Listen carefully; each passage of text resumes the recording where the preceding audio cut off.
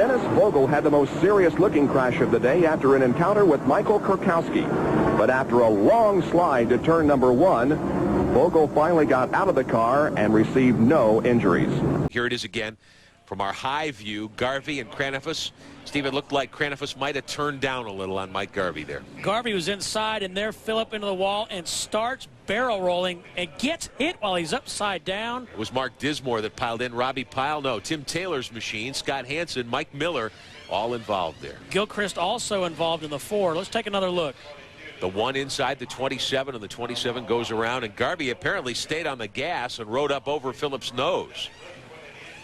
And there was the 27 starting that barrel roll down the racetrack. And when you see that at a place like this, you can see there's where Ricky Johnson got involved. He was the first car on the scene locked up, and Robbie Pyle bunted the 27 and tipped it upside down there in the middle of the back chute. Scott Wimmer involved, many contenders heavily involved. Here it is again from Garvey's onboard look, and Cranifus looked like he came down low.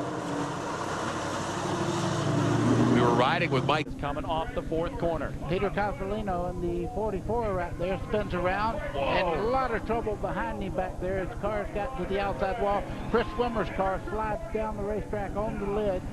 You see it upside down there, just sliding along. Wow. And I'll tell you one thing, the leader In turn 3. The car directly in the top of the screen, right above the flag stand, is Yale Conley. And now we see the flipping Tom Jones. He gets together with Dennis Lampman and Carl Muscatin. Johnny Spa was already involved there, and Tom did a complete flip and landed back on his wheels. Rolled right over the rear corner of the machine of Johnny Spa. And there's Conley. And right here, look at Jones. Whoa. Up and over with Lampman and Spa. And he'll come to rest right alongside. That was a good dump. Here, look at the replay. Cindy Peterson dead in the water, and all of a sudden, oh, man.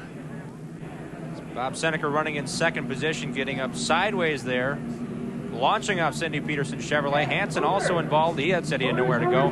Mike Eddy, look at the number 10 car on the inside and the 93 of Alec Pinsino on the outside. Pinsino gets into the back of Roper, and here's what happened.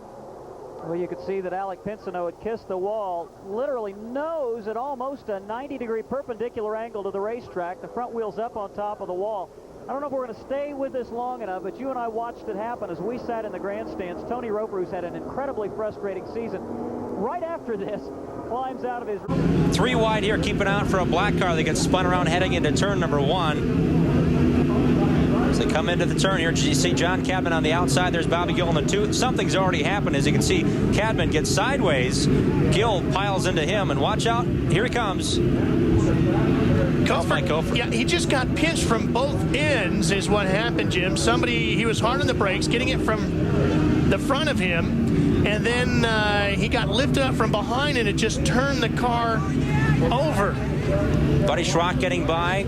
Wow, look at that. Just got piled in there. Ray Skillman. What might have transpired right here. Look at Farthing. Oh. He's closed in behind Steve Barnes and literally turned right into the side of Tim Fedowa, and that was a hard wall contact for both of those drivers. Inexperience. There's no other way, Larry, to... You're just waiting for that last lap? No, I think I was getting a little bit better as the laps went on. I could get on him a little easier, and I could run up on the apron a little better than he could. He just left me enough room to get under him, and I was in there, but we tangled. Well, you crawled out of the car. I take it you're okay? A little stiff, but yeah, I'm fine. That'll be easier to deal with that stiffness with a win. Joey Knott, how you feeling? You okay? Yeah, I'm all right.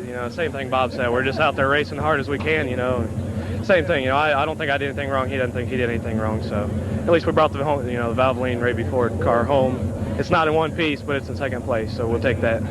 Well, this was by far the best race of your entire career. How do you feel now? Do you feel like you've earned some respect after that kind of a finish? Well, I don't know. I guess we'll... You're on board with Jeff Foltz. Jeff Foltz did receive some damage. You see the car sideways ahead of him for a brief moment. It's the 31 car of Gus Wasson. Foltz goes high in the air. He actually got some air on the right side.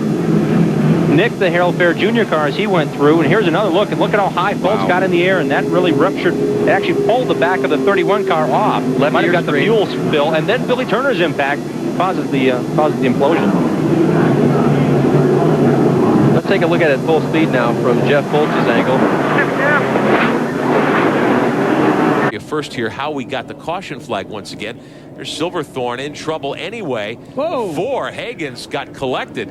He and Hagens came together after most of that action. And look at Silverthorne with the wheel spinning backwards there. Ricky Bryan on the bottom, Rick. Yeah, nice move by Bryan to go through the grass and miss the concrete. Hansen protecting the outside. Carlson coming up the inside, and Hansen cuts down to stop his effort right as they cross the line. He almost got upside down right there as he went sliding over the bank. There goes Carlson backing into the wall, and Scott just keeps it off the wall. Here's another look at it. Down the front stretch, Mike Miller is out of racetrack and out of traction. Hansen comes to the inside to protect the inside line as he saw Carlson to the bottom. Then they made some contact here after the race was over. Jim, I got to wonder, as you look at Hansen go flying through the night sky there, Mike Miller developed that big puff of smoke. It wasn't bad in the early stages. As we went into the later situation there, we had to spend all those laps going around. It got worse. Now, here is the replay. Schrock is in front. Looks like Noodleman got him a little bit. He may have wanted to go low on Schrock, but he was too far under. Look at the angle of impact here. Oh, what a vicious hit. Terrible. Anything head on like that is tremendous. Oof. See the parts going all over the place. Smokestack gets by on the outside and